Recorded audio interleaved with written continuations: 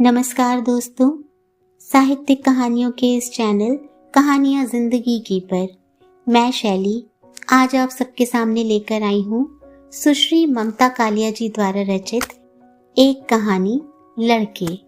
आगे बढ़ने से पहले हमेशा की तरह आप सबसे रिक्वेस्ट है कि अगर चैनल पर पहली बार आए हो या अब तक ना किया हो तो चैनल को सब्सक्राइब जरूर करें। आइए कहानी को सुनते हैं।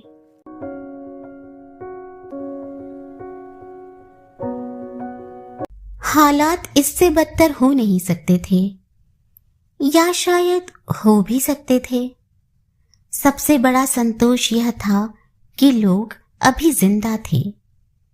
लोगों में बेहिसाब जिजीविषा थी। पेट पूरा भरा हो तब तो जिंदा थे ही, पेट पूरा ना भरा होने पर भी जिंदा थे। साल दर साल वे सूखे से, बाढ़ से, बीमारियों से, भूकंप से लड़ते और जिंदा रहे आते। दिन प्रतिदिन वे महंगाई, मिलावट और मक्कारी से भिड़ते और जिंदा रहे आते। कभी कभी लोगों को गुस्सा आता, गालियां देने लगते, कभी सरकार को, कभी अखबार को और आखिर में अपने भाग्य को। लीडर सुनते और लाड़ से हंस देते। उन्हें पता था ऐसी गुरगुर तो लगी ही रहती है। 5 साल बाद एक दिन जाएंगे, सारे शिकवा शिकायत दूर कर देंगे। उनके होते देश में आजादी ही आजादी थी, बल्कि 15 अगस्त और 26 जनवरी को तो आजादी दिखाई भी दे जाती थी, झंडियों की शक्ल में। फिर हगने, मूतने, थूकने के अलावा खांसने, खखारने और कराहने की भी खुली छूट थी। हवा पर कोई प्रतिबंध नहीं था। सांस चाहे आप तीव्र गति से लें, चाहे मंद, कोई ऐतराज नहीं करता था। इस पर टैक्स भी माफ था। बदलते मौसमों पर कोई आयोग नहीं बैठाया गया था। उनके पासपोर्ट उनके पास थे। वे धड़ल्ले से आते जाते रहते। सूरज, चांद, सितारे, नदी, पेड़, पर्वत सब मटर गश्ती पर उतारू थे। धरती पर स्वर्ग लाने में और कोई कसर नहीं थी। कॉलेज के अहाते से अभी अभी लड़कों का एक झुंड निकला। किस्म किस्म के लड़के, फीके, मीठे, नमकीन, दुष्ट, रुष्ट और हष्ट पुष्ट। हल्की ठंड की शुरुआत के बावजूद स्वेटर केवल 2 ने पहन रखे थे, बाकी जीन्स या बेल बॉटम में थे। एक लड़के ने बेल बॉटम के साथ एक पारदर्शी स्कीवी पहन रखी थी। बस, लड़के प्रसन्न नहीं लग रहे थे। लड़के अप्रसन्न नहीं लग रहे थे। लड़के उत्तेजित थे। वे जरूरी बातचीत करने कंपनी बाग जा रहे थे। कंपनी बाग शहर का सबसे बड़ा बाग था, कॉलेज के ठीक सामने। सुबह अक्सर मोटे थुलथुल लोगों को इसकी चारदीवारी के आसपास चहलकदमी करते या भागते देखा जा सकता था। वे हांफते, भागते, थमकर फिर भागने लगते, जब तक कि डॉक्टर की ताकीद का अमल नहीं हो जाता। दोपहर में कंपनी बाग लड़कों से भर जाता। इनमें अधिकतर कॉलेज या यूनिवर्सिटी से पीरियड गोल करने के आदी छात्र होते, या संगीन कार्यवाही करने को उद्यत जोड़े। कहते हैं शाम को इस पार्क में केवल चोर, गुंडे और जेब कतरे घूमा करते थे, जैसे पारी बंधी हुई हो, कोई किसी का रास्ता नहीं काटता। जिस लड़के की कमीज पर सेलर लिखा था बोला, यार कुछ भी कहो, इस साल पढ़ाई में कुछ मजा नहीं आ रहा, साला सब बोर। चश्मे वाले लड़के ने कहा, इस साल लड़कियां भी तो काफी वाहियात आई हैं, एक से एक चश्मुद्दीन। 2-4 लड़के उसकी ओर कौतुक से हंसे। बाय गॉड, हम चश्मा लगाते हैं लेकिन देखना कतई गवारा नहीं करते, उसने बिना झेपे कहा। कुछ बताओ यार, कैसे कटेगी? एक ने लंबी सांस छोड़ी। एक और लड़का, जिसकी आंखें चकमक पत्थर की तरह चमक रही थीं, बोला, बड़े हनुमान जी पर झांझ खरताल बजाकर ही कटेगी, और कैसे कटेगी? खरताल हड़ताल से क्या होता है जी? जिस लड़के की कमीज पर सेलर लिखा था बोला। वह मारा, हाँ, हड़ताल से कुछ होगा, 2 लड़के एक साथ बोले। बाय गॉड, हड्डियां जाम हो गई हैं क्लास में बैठे बैठे। सबको यह दैवी संदेश लगा, लेकिन हड़ताल का मकसद क्या हो, वे सोचने लगे। क्या वे यह कहें कि उनका हिंदी प्रोफेसर रोज समय से आ जाता है, इस पर उन्हें ऐतराज है, या यह कि क्लास में बाईं तरफ 10 बजे धूप आ जाती है इसलिए, या वे कहें कि मैदान में उगे पेड़ वॉलीबॉल में अड़चन डालते हैं, या कॉलेज में नल 12 बजे बंद हो जाता है। देखा जाए तो इनमें से एक भी बात को लेकर वे व्यग्र नहीं थे, लेकिन वे कुछ कर गुजरना चाहते थे। उन्हें कोई कार्यक्रम नहीं मिल रहा था, न घर में न बाहर। वे अपनी ऊर्जा का इस्तेमाल करना चाहते थे। हलचल के नाम पर उनके पास था ही क्या? अखबार की दी हुई खबरें, सरकार की दी हुई बेरोजगारी और परिवार की दी हुई परेशानियां, वे इन तीनों से बिदकते थे। इस उम्र में वे तगड़े बकरों सा उछलना चाहते थे। बहरहाल हड़ताल तो करनी ही थी। शहर में एक सेवा समिति थी, उसके मंत्री काफी धाकड़ थे। हड़ताल कराने, हड़ताल स्थगित कराने, हड़ताल समाप्त कराने जैसे कार्यों में उनका सहयोग रहता था। उनसे पूछा जाए। उनसे पूछा गया, उन्होंने बता दिया। धड़ाधड़ पर्चे छपवा लिए गए, बैनर बन गए, माइक वाले को माइक के लिए ऑर्डर दे दिया गया। हड़ताल का मुद्दा था प्राध्यापकों के चयन में छात्रों का प्रतिनिधित्व। समिति के मंत्री ने तो यह सुझाव दिया कि हड़ताल और क्रमिक भूख हड़ताल समानांतर रखी जाए, इससे तुरंत असर पड़ेगा। लेकिन छात्रों को यह नहीं जचा। जब रोज ही भूखे रहते हैं तो भूख हड़ताल में क्या तुक? यूं उन्हें हड़ताल का मुद्दा भी खास पसंद नहीं आया था। वे जानते थे जो भी आएगा एक सा पढ़ाएगा, जड़, बेहुदा और बेमतलब। उस पढ़ाई का इससे कोई ताल्लुक नहीं होगा कि अर्जुन सिंह का बाप 9 अगस्त को रिटायर हो रहा है, कि सुनील वर्मा की 2 बहनें लगातार जवान हो रही हैं, कि अनूप कौशिक का बड़ा भाई अब तक 382 रुपये 70 पैसे महज नौकरियों के लिए आवेदन पत्र भेजने में तबाह कर चुका है। उस पढ़ाई का इससे भी कोई ताल्लुक नहीं होगा कि गेहूं दिनों दिन महंगा होता जा रहा है। बाजार से कभी कोयला गायब हो जाता है, कभी मिट्टी का तेल। शहर की सभी मुख्य सड़कें टूटी पड़ी हैं और चौराहों पर सरेआम जेब कट जाती है। लेकिन जब तक कुछ और करने को ना हो तब तक हड़ताल तो करनी ही थी, अपने हक का इस्तेमाल। पढ़कर निकलने की जल्दी भी किसे थी?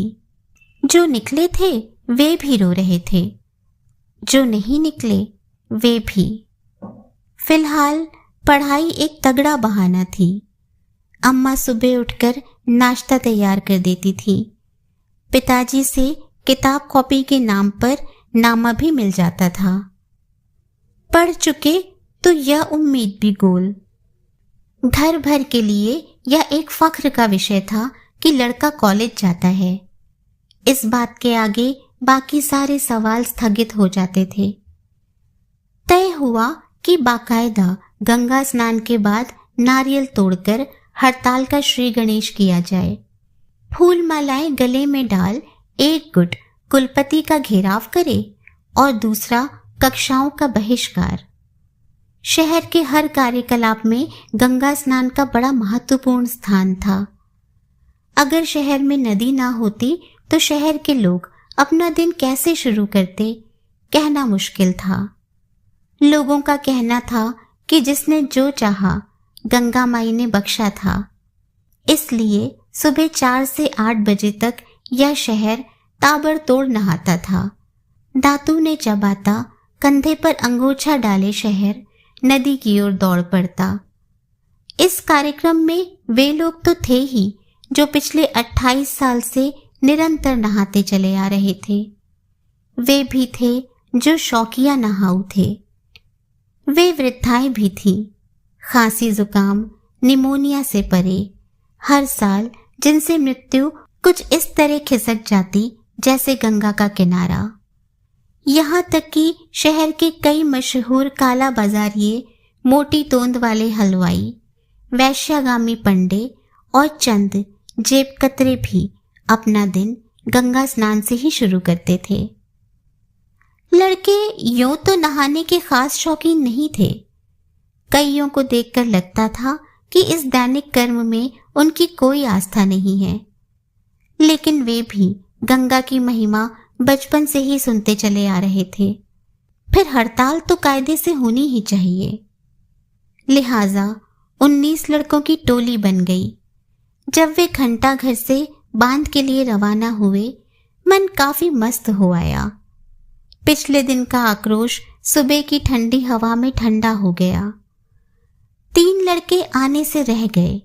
उनका इंतजार करना उचित नहीं समझा गया। 2-4 रिक्शे वालों से पूछा, 6-6 सवारी बांध का क्या लोगे? रिक्शे वालों के मना करने पर टायरों की हवा निकालने का कार्य संपन्न किया गया। फिर उन्होंने 2 इक्कों में अपने आप को लादा और इक्के वालों से लगाम और चाबुक संभालकर चलते बने। रास्ते में दोनों इक्कों में होड़ लगी। एक का पहिया गड्ढे में उतरते उतरते बचा और आखिर में वे सकुशल बांध पर पहुंच गए। बांध पर काफी भीड़ थी। आज कार्तिक पूर्णिमा थी। लंबा चौड़ा घाट था। अपार भीड़ स्नान कर रही थी, तिलक लगा रही थी, कपड़े बदल रही थी। ढेर के ढेर स्कूटर खड़े थे और साइकिलें। वहीं एक तरफ खड़ी थी कई जीपें। लड़कों ने गिना, 7 पर भारत सरकार की तख्ती लगी थी, 3 पर प्रादेशिक सरकार की। जाहिर है भारत सरकार नहाने आई थी। लड़कों ने देखा भारत सरकार मूली खरीद रही थी, भारत सरकार जलेबी खा रही थी, भारत सरकार पुण्य कमा रही थी। एक जीप मत्स्य विभाग की थी, एक स्वास्थ्य विभाग की। करदाता के खून पसीने का पेट्रोल पेट में डाल ये जीपें दौड़ती रहती थी, साहब के लिए तरबूज लाने, साहब के बच्चे स्कूल पहुंचाने, साहब की मेम को सिनेमा दिखाने, साहब के रिश्तेदार स्टेशन पहुंचाने। लड़कों ने जीपें और जीपों के जम्हाइयां लेते ड्राइवर देखे। ड्राइवर के चेहरों पर बेगार का असंतोष था। एक जीप माप तौल निरीक्षण विभाग की थी। इसके एक कर्मचारी सुनील वर्मा के घर के पास रहते थे। उनके घर में ऐसे कई बाटों का ढेर था जिस पर 1 किलो लिखा था, पर वे 800 ग्राम के थे। ये उन्होंने शहर के सब्जी वालों, फल वालों, मिठाई वालों से पकड़े थे। कुछ महीने ये बाट घर में पड़े रहते, फिर एक दिन चुपचाप उन्हीं के विभाग का एक आदमी ले जाकर इन्हें बेच आता। अनूप, सुनील, अर्जुन, श्यामल और ताहिर काफी देर किनारे पर खड़े तमाशा देखते रहे। वीरेंद्र एक तरफ खड़ा तिरछी आंख से कपड़े बदलती एक औरत को देख रहा था। अर्जुन सिंह का ध्यान पंडों पर था। साला आगे बढ़ने ही नहीं देता, अर्जुन सिंह ने अनूप को दिखाया। देख लेना शाम तक या 100 रुपए कमा लेगा। हमसे तो यही अच्छा है। हो सकता है 2 जमात भी पढ़ा ना हो, पर अच्छे अच्छे पढ़े लिखों का शिकार कर रहा है। सबके सब शिकारी हैं यहाँ।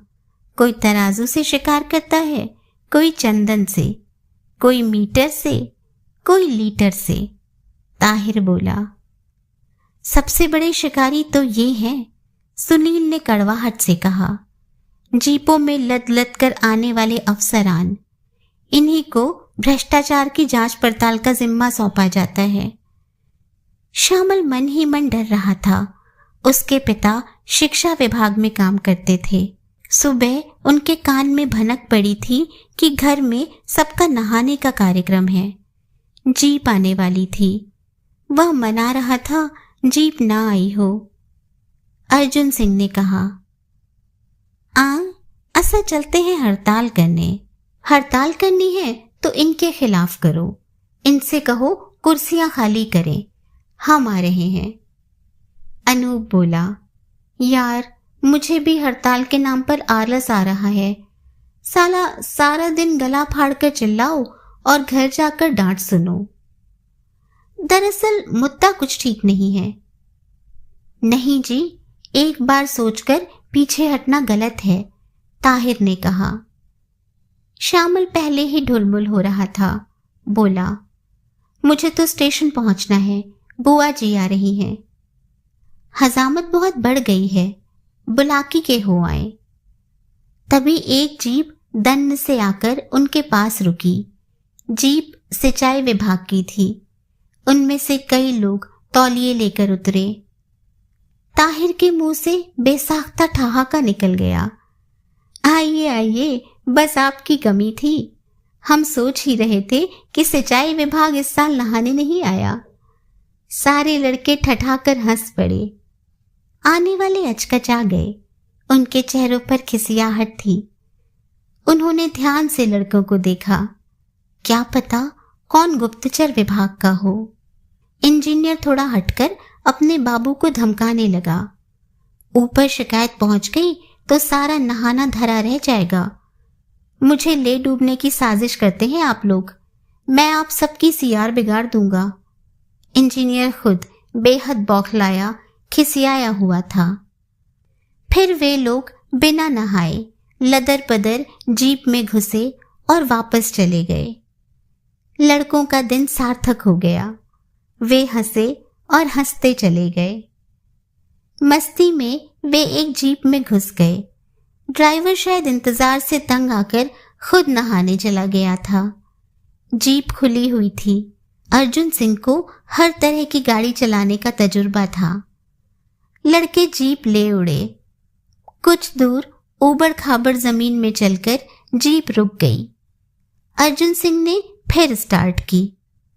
तभी लड़कों ने देखा जांघिया पहने नंग धड़ंग अफसरों की एक छोटी टुकड़ी उनके पीछे दौड़ रही है। ये शायद इस जीप के हाकिम थे। लेकिन अब जीप गति पकड़ चुकी थी। लड़कों का जोश बुलंद था। वे तालियां बजाते गा रहे थे। ये दोस्ती हम नहीं तोड़ेंगे, तोड़ेंगे दम मगर तेरा साथ ना छोड़ेंगे। लड़के शहर से बाहर निकल गए। मूंगफली खरीद ली गई। रास्ते में पकौड़े भी खाए। अगले दिन मुंह अंधेरे जॉनसनगंज के चौराहे पर एक जीप दुरुस्त हालत में बरामद हुई। जीप खाद्य नियमन अनुभाग की थी।